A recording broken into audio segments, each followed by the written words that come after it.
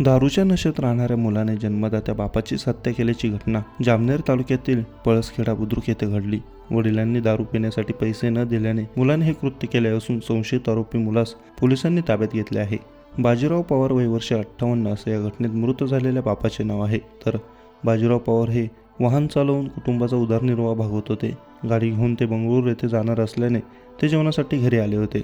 ते निघणार यापूर्वी सायंकाळी त्यांचा तरुण मुलगा सुमित हा दारूच्या नशेत घरी आला। यावेळी त्याने दारू पिण्यासाठी वडिलांकडे पैशांची मागणी करू लागला, मात्र वडिलांनी पैसे देण्यास नकार दिला असता सुमितने खिशातून चाकू काढून धारदार शस्त्राने वडिलांच्या मानेवर वार केला। मुलाने शस्त्राने वार केल्यानंतर बाजीराव पवार हे जखमी अवस्थेतच घराबाहेर पडत झाडाखाली बसले, तिथेच चक्कर येऊन खाली कोसळले। यावेळी गावातील नागरिकांनी उचलून उपजिल्हा रुग्णालय जामनेर येथे आणत बाजीराव यांचा मृत्यू झाला। दरम्यान सुमितच्या त्रासाला कंटाळून त्याच्या आई व बहिणींनी बाहेरगावी निघून गेले होते। आठवडाभरातील जामनेर तालुक्यातील ही दुसरी घटना असून 12 मे रोजी मुलानेच पैशासाठी आईची निर्घृण खून केल्याची घटना घडली होती।